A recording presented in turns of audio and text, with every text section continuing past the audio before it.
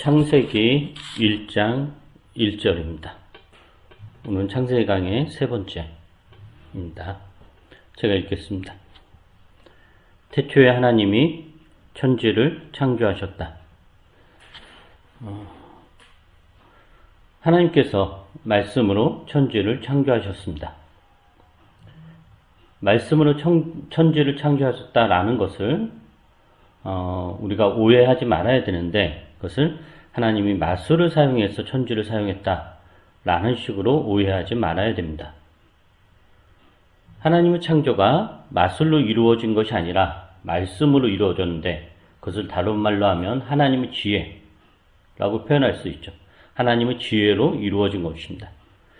그렇기 때문에 창세기 1장의 창조 기사를 우리가 문자적으로 해석하면 안 됩니다.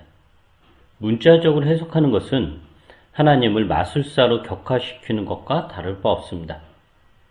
창세기 1장은 그 세상의 창조에 대한 어떤 객관적 사실, 그대로 기술한 것이 아니라 하나님이 세상을 창조하신 것이 무엇을 의미하는지, 그리고 이 세상이 우연하게 생긴 것이 아니라 하나님의 어떤 의도와 그 의지를 가지고 생겼다라는 것에 대한 어떤 신앙 고백적 표현입니다. 창세기 1장이. 그러므로 우리는 이 창조기사에서 우주와 세상의 시작에 관한 자연과학적 이론을 찾는 것이 아니라 하나님이 세상을 창조하셨다는 것이 무엇을 의미하는지, 하나님과 세상의 관계가 어떠한 것인지를 찾아야 합니다. 이것이 창세기를 기록한 목적입니다. 이제 본문을 한번 보도록 하겠습니다. 창세기의 첫 시작이 태초에 하나님이 천지를 창조하셨다입니다. 하나님이 무엇을 창조하셨죠? 천지, 즉 하늘과 땅을 창조하셨습니다. 하나님이 하늘과 땅을 창조하셨습니다.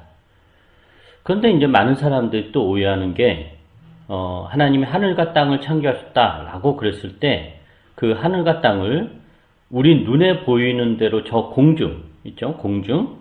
그 공중이 하늘이고 지금 우리가 딛고 서 있는 이 지구를 땅으로 여기는데, 그렇게 생각하는데 이거 좀 잘못된 이해입니다. 그 창세기 1장 1절의 천지, 즉 하늘과 땅에서 하늘은 영어로 스카이가 아니라, 즉 창공이 아니라 헤븐입니다. 우리가 흔히 이야기하는 천국, 하나님의 나라, 천상의 세계입니다. 그래서 우리가 고개를 들고 공중을 쳐다볼 때 보이는 것은 그 공간, 우리가 흔히 저 하늘을 봐 라고 했을 때 그 하늘은 그 창세기 1장 1절에서 이야기하는 맥락에서 보자 하늘이 아니라 땅입니다. 그 17절에 보면 하늘창공이라는 표현이 나오고, 이걸 개역성경은 궁창이라고 표현했는데 이것도 이제 땅인 거죠. 이해되시죠? 무슨 말인지.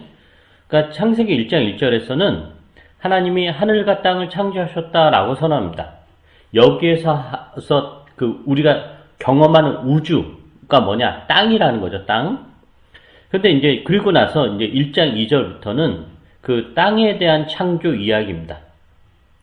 즉 1장 1절에서 하나님의 창조의 범위가 우리 눈에 보이는 이 우주와 지구 세계에만 국한 것이 아니라 우리 눈에 보이지 않는, 그래서 어떻게 설명할 수도 없고 감지할 수도 없는 세계, 겨우 할 수 있는 우리의 표현이 천국이라든가 천상의 세계, 이 정도 표현하는데, 사실은 그러한 표현으로도 담을 수 없는 세계를 창조하셨다라는 거죠. 그게 하늘입니다.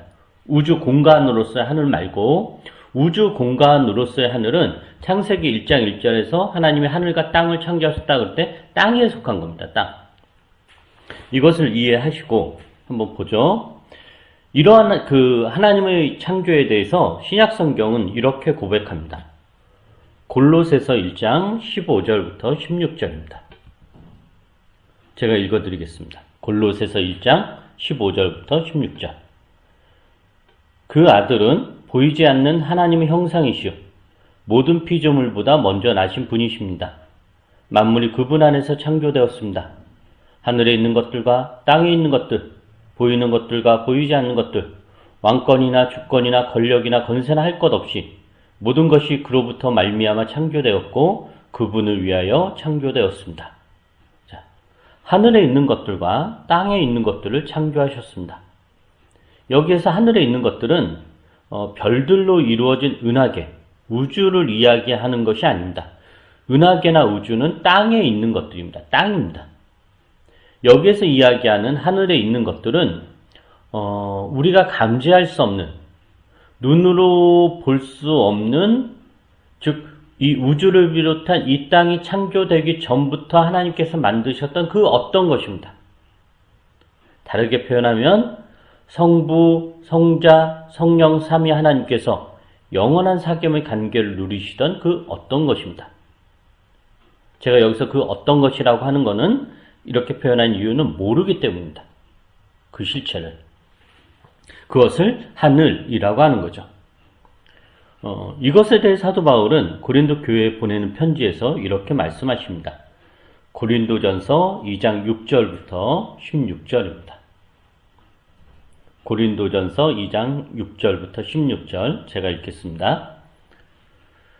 그러나 우리는 성숙한 사람들 가운데서는 지혜를 말합니다. 그런데 이 지혜는 이 세상의 지혜나 멸망하여 버릴 자들인 이 세상 통치자들의 지혜가 아닙니다.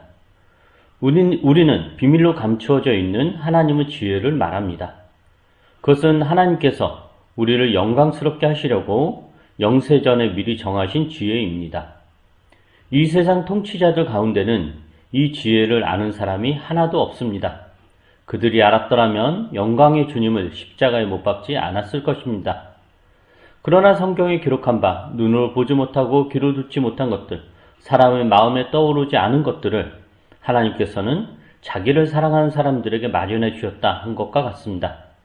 하나님께서는 성령을 통하여 이런 일들을 우리에게 계시해 주셨습니다. 성령은 모든 것을 살피시니 곧 하나님의 기쁜 경륜까지도 살피십니다.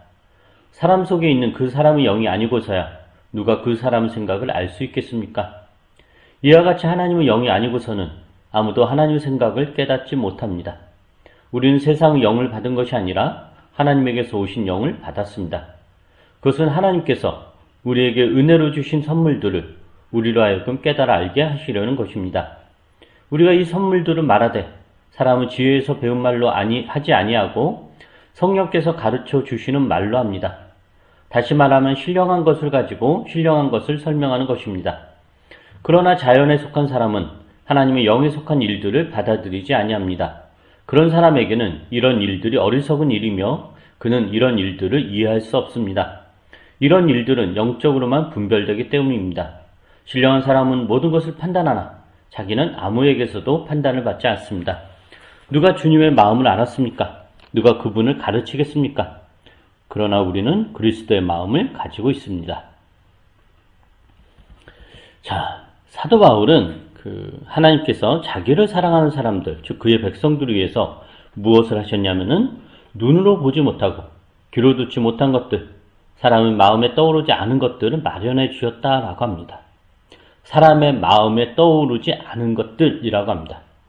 그러니까 이것은 우리가 아무리 생각하고 상상력을 발휘해도 알 수 없는 것이죠.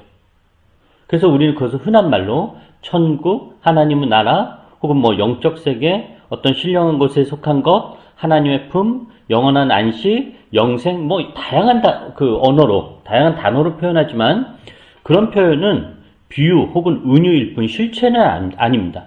우리는 그 실체에 대해 전혀 모릅니다. 사람의 마음에 떠오르지 않은 것들이라고 하셨으니까. 그런데 우리가 단지 아는 것은 뭐냐? 하나님께서 그것을 창조하셨다라는 거예요. 즉, 땅, 즉 이 우주가 시작하기 전에 하나님께서 하늘을 창조하셨습니다. 그리고 우리를 위해 그것을 창조하셨다라는 겁니다. 그럼 이것이 우리에게 주는 의미는 무엇일까요? 자, 우리는 구원을 믿습니다. 그죠? 하나님과 주 예수 그리스도를 믿음으로 말미암아 부활에 참여하고 하나님의 나라에 들어가는 것을 믿습니다. 그리고 눈에 보이는 이 세상이 전부가 아니라는 것을 믿습니다. 그런데 이 구원은 언제 이루어질까요? 당연히 미래입니다. 하나님 나라는 아직 오지 않았습니다. 그러나 이 나라는, 즉 우리가 들어갈 하늘은 아직 이루어지지 않은 것이 아니라, 미완성 상태로 남아있는 것이 아니라, 어떤 가능성으로만 남아있는 것이 아니라 이 우주와 지구라는 땅이 실제하듯이 이미 실제하고 있다는 것입니다. 그리고 이 하늘에 대해서는 도저히 상상할 수 없습니다. 사람의 마음에 떠오르지 않은 것입니다. 그래서 이 하늘의 실체를 우리는 말할 수 없습니다. 그것은 불가능한 일입니다. 그나마 우리가 이 하늘에 대해 이야기할 수 있는 것은 뭐냐? 관계이죠. 하나님과 사랑의 관계라는 것이죠. 하늘은 뭐냐? 하늘의 세계는 뭐냐? 그랬을 때 그 나라는 성부와 성자와 성령 하나님께서 영원한 사귐의 관계를 누리는 어떤 것입니다. 그러므로 우리는 하늘에 대해 이야기할 때, 우리 구원에 대해 이야기할 때, 하늘에 대한 소망, 열망, 하늘에 들어가고 싶은 어떤 기대를 이야기할 때 무슨 돈이나 권력이나 호화로운 건축물이나 무슨 풍성한 먹을거리 등 이런 것이 아니라 하나님과 사랑의 관계, 하나님과 사귐의 관계라는 맥락에서 이야기를 해야 됩니다. 요한은 이 영원한 사귐을 이렇게 이야기합니다. 요한일서 1장 1절부터 3절입니다. 요한일서 1장 1절부터 3절입니다. 제가 읽겠습니다. 이 글은 생명의 말씀에 관한 것입니다. 이 생명의 말씀은 태초부터 계신 것이요, 우리가 들은 것이요, 우리가 눈으로 본 것이요, 우리가 지켜본 것이요, 우리가 손으로 만져본 것입니다. 이 생명이 나타나셨습니다. 우리는 그것을 보았습니다. 그래서 우리는 이 영원한 생명을 여러분에게 증언하고 선포합니다. 이 영원한 생명은 아버지와 함께 계셨는데 우리에게 나타나셨습니다. 우리가 보고 들은 바를 여러분에게도 선포합니다. 우리는 여러분도 우리와 서로 사귐을 가지기를 바라는 것입니다. 우리의 사귐은 아버지와 또 그의 아들 예수 그리스도와 함께하는 사귐입니다. 자, 요한은 그 예수 그리스도를 생명의 말씀으로 소개합니다. 이 생명의 말씀은 태초부터 계셨습니다. 태초부터 계셨다라는 것은 세상이 시작하기 전부터 계셨다라는 뜻입니다. 그때 생명의 말씀 되신 예수 그리스도는 하나님과 사귐의 관계를 맺고 계셨습니다. 이 사귐의 관계가 바로 창세기 1장 1절에서 이야기하는 하늘입니다. 그리고 태초부터 계셨던 예수 그리스도께서 이 땅에 나타나신 이유는 뭐냐? 이 하늘의 관계를 사람들이 누릴 수 있도록 하기 위함입니다. 그래서 이제 3절에서 이렇게 이야기하는 거죠. 요한일서 1장 3절에서 우리는 여러분도 우리와 서로 사귐을 가지기를 바라는 것입니다. 우리의 사귐은 아버지와 또 그의 아들 예수 그리스도와 함께하는 사귐입니다.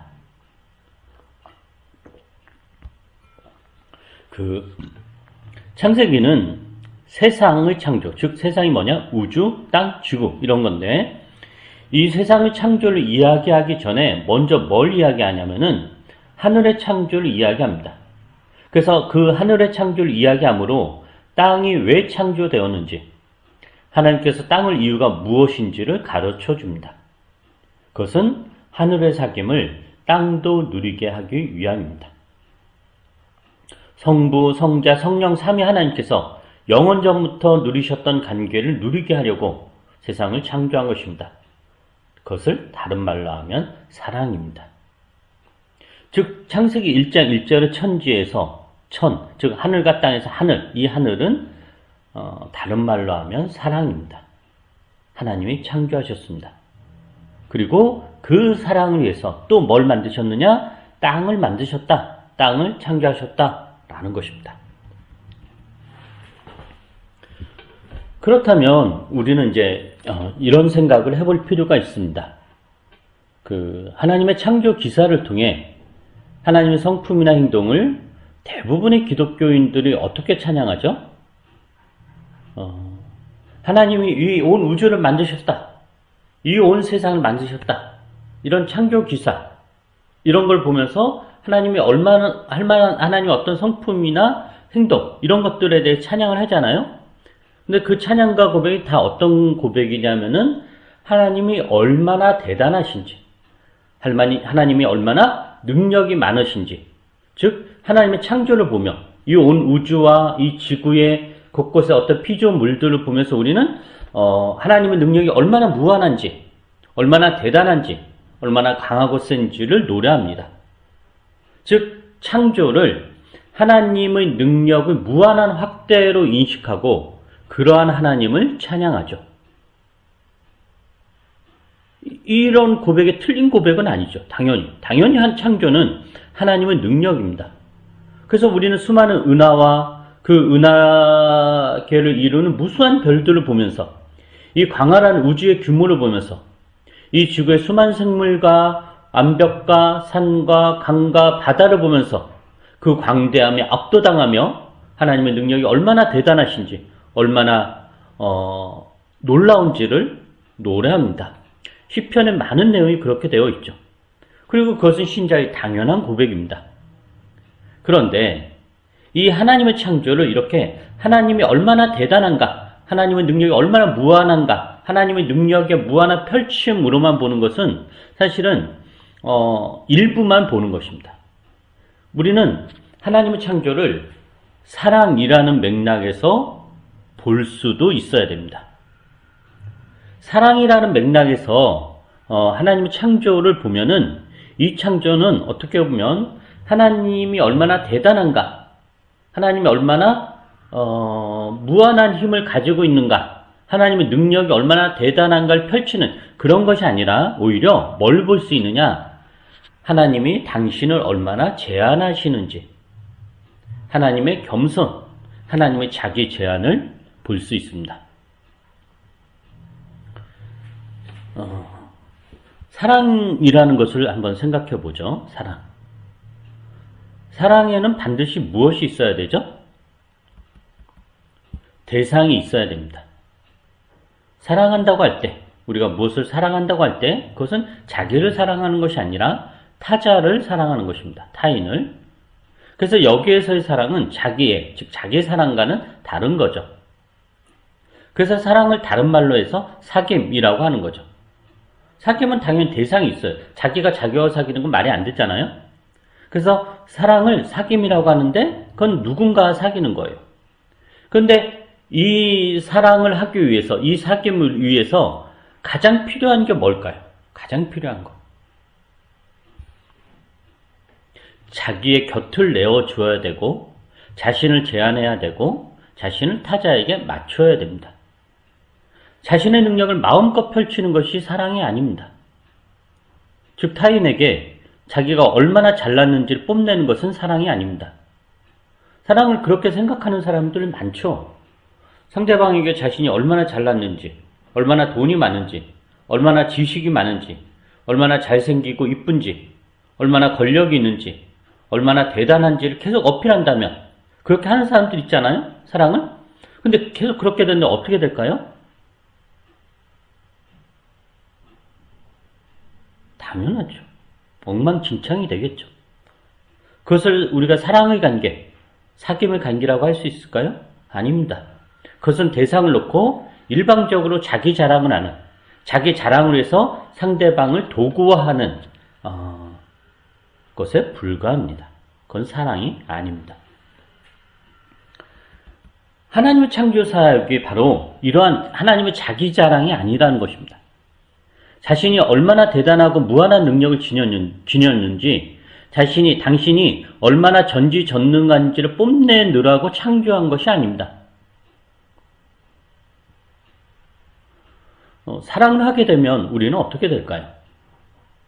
누군가 사랑을 할 때, 누군가 사귐을 가질 때 우리는 어떻게 하죠? 기본적으로 내가 누군가를 사랑한다, 누군가 사귄다, 그러면 기본적으로 상대방을 생각합니다. 그렇지 않나요? 상대방이 무엇을 좋아하는지, 무엇을 싫어하는지, 혹시라도 나로 인해 불편한 것은 없는지를 생각하고 행동합니다. 그래서 평상시에는 내가 내 잘난 맛에 멋대로 행동하던 사람도 사랑하는 사람이 있으면 절제를 하게 됩니다. 사랑하는 사람이 있으면, 사귀는 사람이 있으면 내 마음대로 하던 것을 내 마음대로 못하게 됩니다. 즉 뭐가 일어나느냐? 자기 제한이 일어납니다. 자신의 곁을 내주어야 하기 때문에 그만큼 신경을 써야 됩니다. 이제는 나만 생각해서는 안 되고 상대방도 생각해야 합니다. 이게 사랑이고 사귑입니다. 그래서 이런 맥락에서 하나님의 창조사역은 자기 능력의 무한한 확장이 아니라 자기 제한입니다. 자, 생각을 해봅시다.